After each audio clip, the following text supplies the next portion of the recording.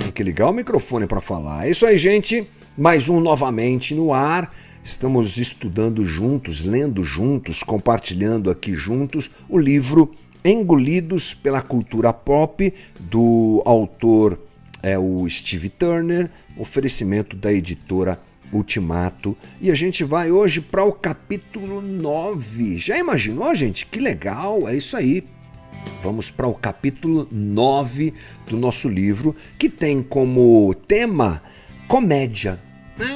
Entendeu por que eu fiz aquela pergunta na nossa enquete? Você gosta de comédia ou não? Porque o tema de hoje é esse.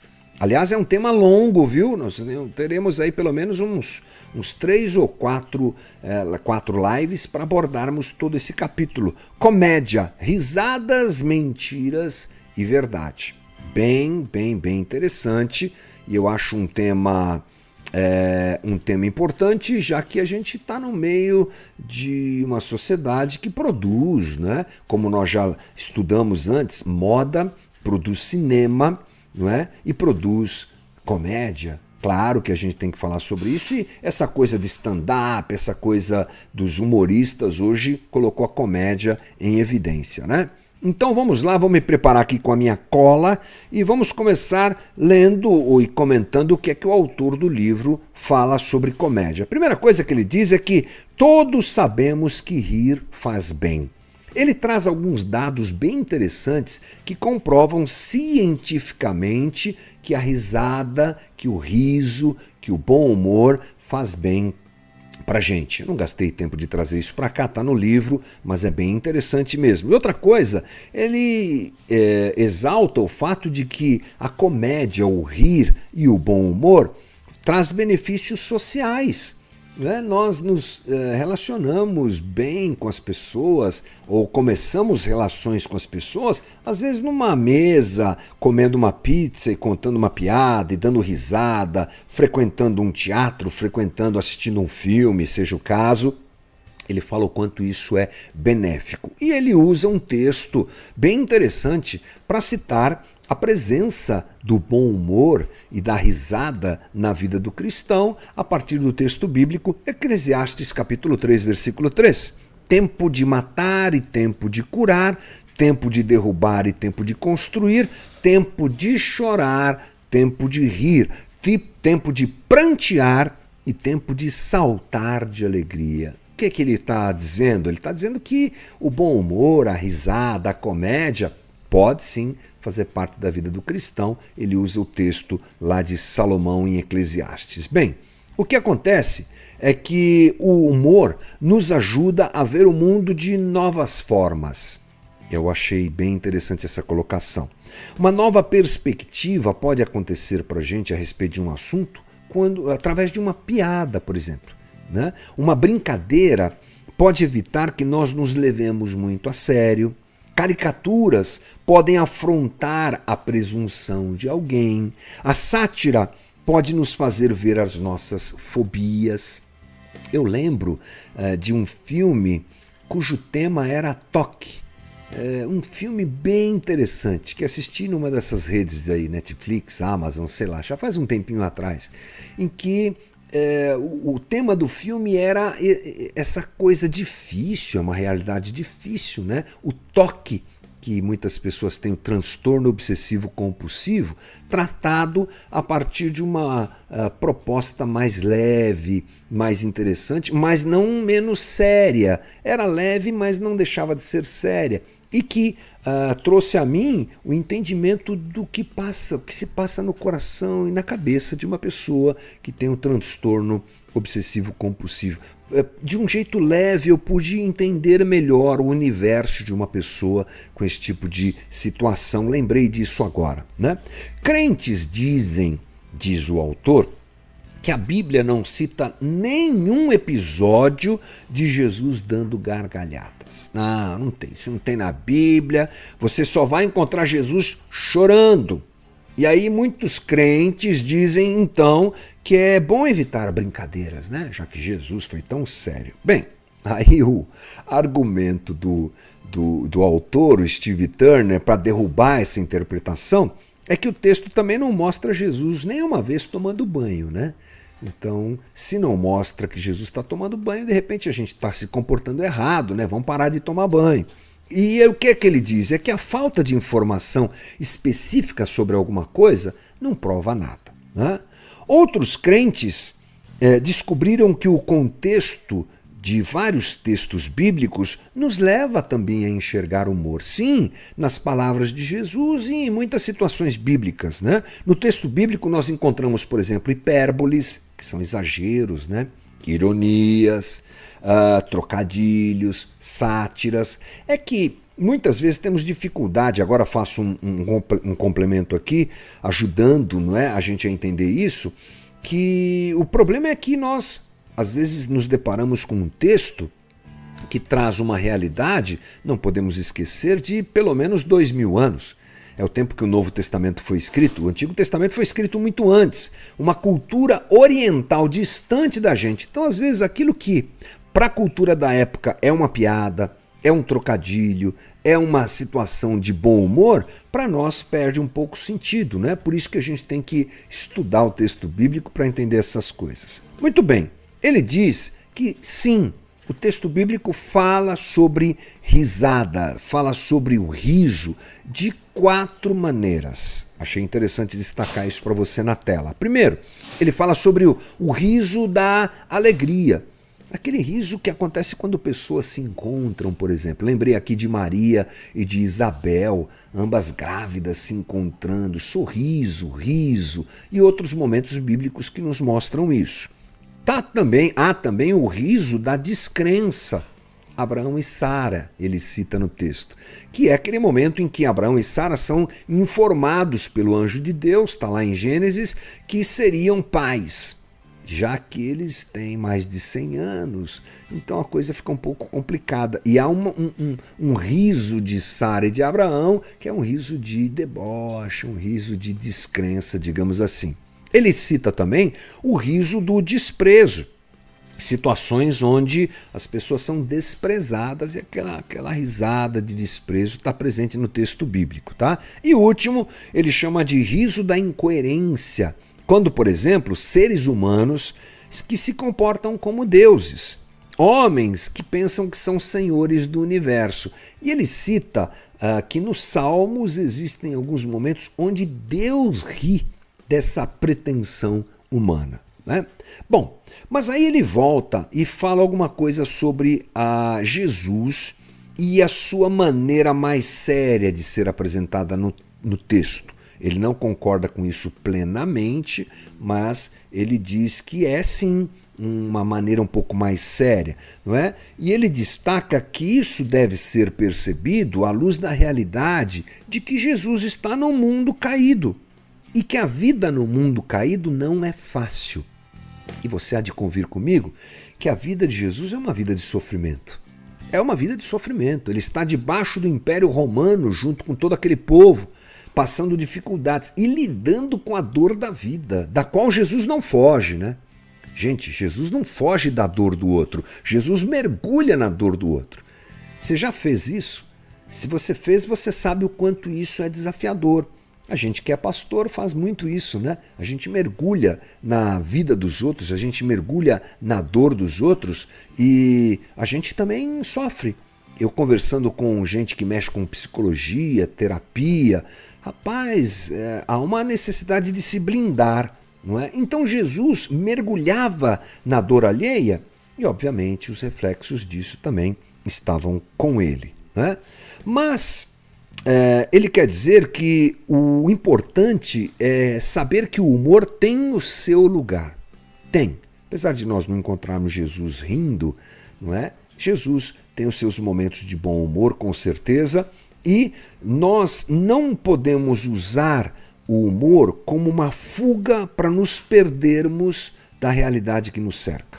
É esse um ponto de destaque do autor. Faz parte rir, faz parte ser bem-humorado, sim, mas preste atenção no que está ao seu redor. Tudo que nos aliena é perigoso. Todo comportamento de alienação é perigoso. E o humor muitas vezes tem essa proposta. Ele diz também que o humor não pode ser usado para desprezar pessoas. Não pode. E ele cita Efésios 5:3, que a imoralidade sexual e toda impureza ou avareza não sejam nem sequer mencionadas entre vocês, como convém a santos. Uma repreensão forte essa de Paulo, aos Efésios. Não usem linguagem grosseira, não digam coisas tolas nem indecentes, pois isso não convém. Pelo contrário, digam palavras de ação de graças. Uma repreensão forte que Paulo faz à igreja em Éfeso, e o autor Steve Turner traz para nós, dizendo, olha, não é um bom caminho utilizar o humor dessa forma grosseira que despreza o outro ou que evidencia e evoca sexualidade, essas piadas, essas coisas. Tome cuidado com isso. Bom, e aí ele vai por um caminho que é perceber através da comédia pistas sobre a sociedade em que a gente está inserido. O que ele quer dizer com isso? A comédia produzida por uma cultura mostra os seus valores. Uma comédia fala o que a sociedade pensa, assim como a moda fala o que eu penso. A piada, o bom humor ou a comédia, melhor termo é esse, a comédia, fala o que está na cabeça das pessoas. Ele fala, por exemplo, sobre o que é sagrado e intocável. Não, sobre isso aí não pode fazer piada. Tem um limite, isso aí não pode. É resposta da sociedade. Não é? Pode ser, o outro lado, melhor dizendo, o que é que pode ser escarnecido e o que é que pode ser ridicularizado. A própria comédia coloca limites. Isso aqui pode, isso aqui não pode. O que é isso? É a leitura da sociedade presente na comédia. A comédia tem absolutamente tudo a ver com o espírito da época. A comédia fala para nós a respeito da nossa realidade. Então, uma comédia de 1975 não vai ter muita graça hoje, porque ela representa a realidade daquele momento, daquele ponto histórico, daquela situação cronológica, e também geográfico, o lugar em que ela está inserida. As formas de comédia são baseadas em suposições sobre o mundo. Elas confirmam ou elas repudiam pensamentos. É isso que a comédia faz. Atualmente, a comédia está mais inteligente, ele diz, mas também mais maldosa e mais sexualmente explícita, porque ela sempre deseja quebrar tabus. A comédia tem essa forma, ela sempre quer ultrapassar limites. O autor fala sobre a sofisticação da comédia atual, que ela é capaz de conversar com todo tipo de situação na sociedade. Os comediantes hoje, ele diz que antigamente os comediantes eram pessoas que não conseguiam se acertar em outro trabalho e que tinham o dom de contar uma piada, de fazer uma paródia e viam isso como um caminho para se sustentar, para sobreviver. Mas hoje não. Hoje você tem gente formada, gente capacitada, com o dom da piada, com o dom da comédia, a pessoa busca esse caminho. Portanto, hoje você tem uma sofisticação e isso permite falar com áreas como psicologia, física, sociologia, teologia, é verdade, linguística e política. Nada escapa dos humoristas, que são convidados, por exemplo, para irem em grandes eventos corporativos e ali, por exemplo, um evento de psicólogos. Você acha que o convidado não vai contar uma piada sobre psicologia? Ele vai e vai fazer muito bem isso, porque tem estofo, porque tem conhecimento. E aí ele vai seguindo, dizendo o seguinte, o tema desse tópico aqui é até o limite. Ele diz o seguinte, antes da década de 60, 1960, a censura exercia uma força sobre o humor, protegendo a sociedade. Não pode fazer essa piada, não pode. A censura bloqueava os exageros, Mas os humoristas, como eu disse anteriormente, eles sempre procuram testar o limite, até onde eu posso ir. Até onde eu posso ir. E em 1965, o crítico de teatro Kenneth Tynan, alguma coisa assim, foi a primeira pessoa a pronunciar um palavrão em uma transmissão ao vivo pela BBC de Londres, 1965, faz tempo, né? Sabe o que aconteceu? 4 moções do parlamento e um pedido de desculpa da BBC teve que acontecer. E 8 anos se passaram até que um palavrão voltasse a ser usado. Não, é impossível. Só que já havia sido dado aquele passo. Aquela resistência já havia sido quebrada. Um palavrão já havia sido usado. E o que acontece é que com o passar dos anos você tem o ambiente que nós temos hoje. Palavrões são usados normalmente. Eles estão em todo lugar. Alguns humoristas continuam pensando que o seu jeito de fazer arte precisa ser esse jeito que rompe limites. Então estão sempre propondo coisas mais feias, mais perigosas, né? Muitos com muito mau gosto, por sinal. Bom, e o autor pergunta então para a gente, diante desse cenário, o que é que acontece quando aquilo que está sendo apresentado a nós passa o limite do bom gosto e é, na verdade, anti-humano? O que é que eu, cristão, faço quando um humorista está lá fazendo uma piada racista, por exemplo? Eu admito aquilo porque isso é anti-humano. Eu abraço aquilo ou eu repudio? Outra pergunta: e quem disse que o humor precisa transgredir o limite da aceitabilidade para permanecer vibrante? Será que só dá para fazer humor se ele for agressivo, se ele for incômodo, se ele for um tipo de humor que despreza o outro? Eu, às vezes, tenho saudade da singeleza dos Trapalhões, que não tinha um palavrão, não tinha uma piada de conotação sexual. Você vai me dizer, mas tinha muito racismo. É verdade, estava lá o Mussum sofrendo todo aquele racismo. É verdade, nesse aspecto dá pra gente dizer, não é legal, não foi legal. Mas muito da bobagem, da simplicidade, da infantilidade daquilo se perdeu, não é? Os Três Patetas, lembra? Os Três Patetas era incrível aquilo. A gente não tem mais esse tipo de humor, né? Sempre o humor está ligado a alguma coisa mais ácida, mais ofensiva, mais provocativa, coisas para a gente pensar. Bem, encerro a minha participação hoje aqui com você, dizendo que o autor diz: cristãos precisam, portanto, decidir se continuarão assistindo algo que se torna degradante ou detestável. Nós é que devemos selecionar, não é? Qual tipo de stand-up que eu vou assistir? Esse aqui não, só tem palavrão, só tem conteúdo sexual. Esse aqui só tem racismo, esse aqui só tem desprezo, gordofobia, xenofobia, homofobia. Não tô fora, né? Essa é uma decisão que cabe a um de nós, ou todos nós, tomarmos. O filtro é necessário, pois muito do que não gostamos precisa ser ouvido por nós. O que ele está dizendo? No finalzinho desse ponto, ele abre a possibilidade de nós, às vezes, rejeitarmos o que precisamos ouvir. Porque o humor tem essa... ele é uma ferramenta que também nos expõe a coisas que nós não gostamos, mas que são importantes.